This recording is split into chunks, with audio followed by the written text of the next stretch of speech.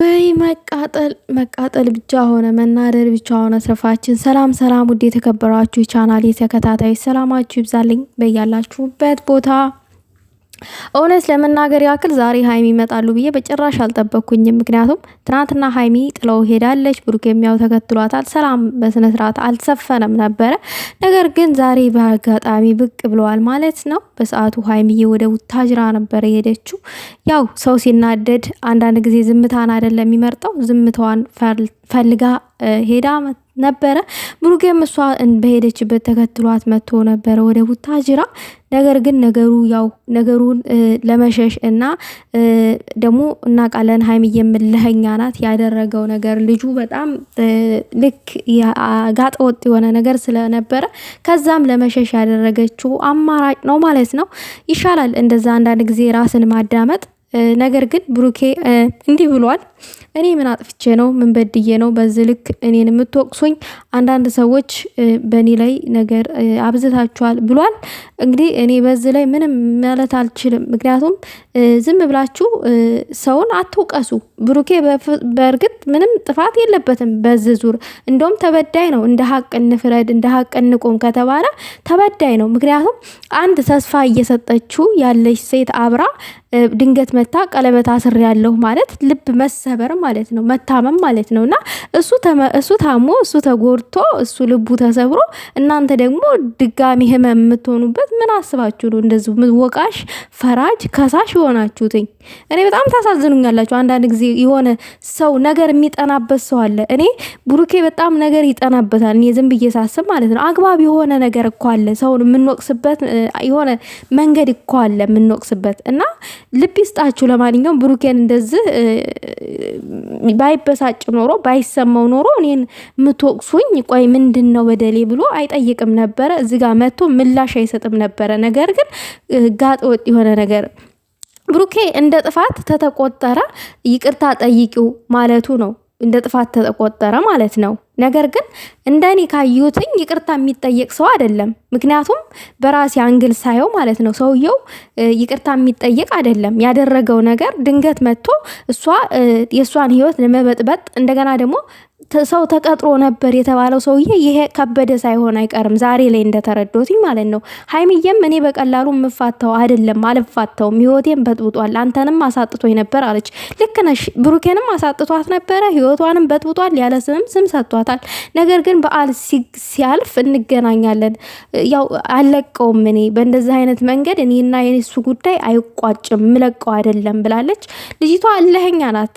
እውነቴን ነው፣ እልኸኛ ናት። ታደርገዋለችም እልሃን ካልተወጣች። እንደውም በዓል መጥቶ ነው እንጂ በዓል ባይሆን ኖሮ ቶሎ ብላ ትበቀለው ነበረ።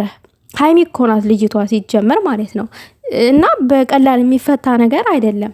ነገር ግን አሁን ላይ በዓል ነው። ሀይሚዬ ነገሩን አብርጂ በሰላም ከቤተሰቦችሽ ጋር እንዲሁም ከብሩክዬ እናት ጋር ብለሽ ድምቅ ብለሽ በዓልን አብራችሁ ከብሩክ ጋር አሳልፉ ማለት ፈልጋለሁኝ፣ እንደኔ ማለት ነው። እና በጣም እሳት ጎርሳ ጭዱን ለባብሳ ነው የመጣው። ሀይሚዬ በጣም ተናዳለች። ምክንያቱም የተደረገው ነገር ሀይሚን ብቻ ሳይሆን እኛንም አናዶናል። ስለተናደደችም ነው ወደ ቡታጅራ ሄደችው ራሷን ማዳመጥ። እኔ አንተን እዚህ ጋር ተቀምጬ ከማስቀይም አጓጉል ነገሮችን ከምናገር ራሴን ቁጭ ብዬ ባዳምጥ ይሻለኛል ብላ እንደ አማራጭ ያደረገችው ነገር ነው ከብሩኬ ማለት ነው። ልክ ናት። ሰው ሲናደድ የሚናገረውን ነገር አያውቅም። እኔም ነኝ ያለ ስም ሲሰጡኝ እናደዳለሁኝ። ሰው ማንኛውም ሰው ያላደረገውን ነገር አደረገ ተብሎ በተለይ ደግሞ በምትወዱት ሰው ሲመጣባችሁ በጣም ያናድዳል። እና ከበደ ትልቅ ሴራን ጠንስሶ ነው የመጣው። ተቀጥሮ የነበረ ሰውዬ እንደውም ይሄ ይመስለኛል እኔ እንደተረዳሁትኝ የቀጠራቸውን ሰዎች ይሄ ሰውዬ ነው። ይሄ ሰውዬ በጣም ከባድ ሴራ ጠንስሶ ነው ወደ እናንተ ህይወት የመጣው። ከዚህ ሰውዬ ይቅርታን መባባል አያስፈልግም፣ ሰላምን መፍጠር አያስፈልግም። እንደውም መራቅ ነው የሚያስፈልገው። ምክንያቱም ህይወታችሁን ሰላም የሚያሳጡ ሰዎችን መራቅ ነው ያለባችሁ። ሀይሚዬ ደግሞ እንደዚህ ማለት ብሩኬ ላይ ከናደሽ ወይም ብሩኬ ላይ ቂም ይዘሽ የሚመጣው ነገር የለም። እንደውም ብሩኬ እኮ ዝጋ አንደኛ ይቅርታሽን ተቀብሎልሻል። ሁለተኛ ነገር ደግሞ እኔ እኮ እንደዚህ ቀለበት አስር ያለው ሲልሽ ዝም ብሎ አዲስ ያዳምጥሽ ነበረ እንዴት እንደዚህ ሊሆን ቻለ ምናምን ነገር ብሎ ከዛ በስተመጨረሻ ደግሞ የተፈጠረውን ነገር አብራርተሽ ስትነግሪው እሺ ብሎ አዳምጦሻል። እና አንዳንድ ጊዜ እኔ በነገራችን ላይ ማለት ነው እውነት ለመናገር ያክል አንዳንድ ጊዜ ብሩኬ ያሳዝነኛል። ማለት የሆነ የሚያወራው ራሱ ይጠፋበታል ማለት ግራ ይገባዋል ስላችሁ በመጥፎ አንግል ደግሞ እንዳታዩት። ማለት አንዳንድ ጊዜ ምንም ባልሰራው ስራ ሲወቅሱት በጣም የሆነ ይበሳጭና ምናምን የሆነ የሚናገረው ይጠፋዋል።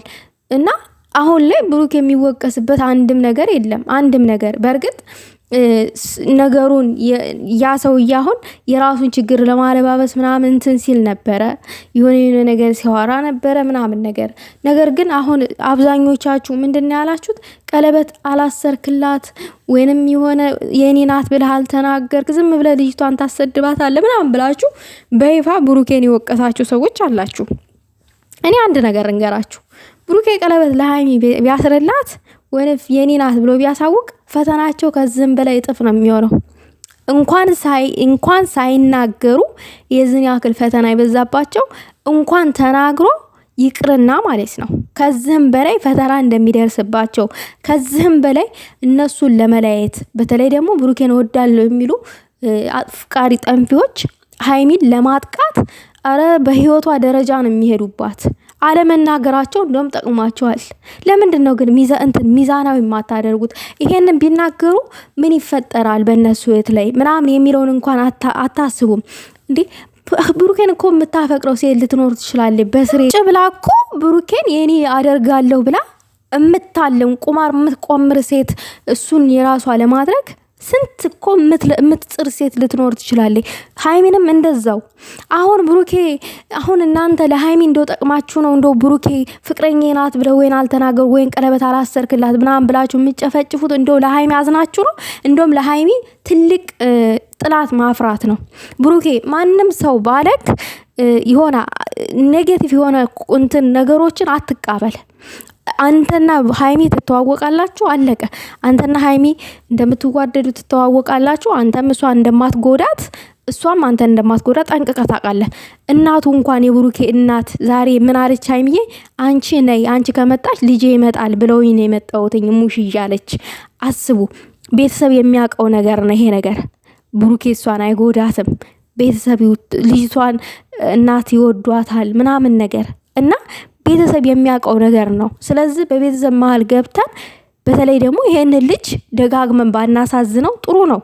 አንዳንድ ጊዜ የዋህ ሰዎች ብዙ እንኳን መናገር አይችሉም ማለት የዋህነት አይናፋርነት ይዛቸዋል ምናምን ነገር ሰውን እንዳላስቀይም ብለው ይጠነቀቃሉ ምናምን ነገር። በዛ ላይ ደግሞ ብሩኬ በጣም ቁጥብ ከመሆኑ አንጣር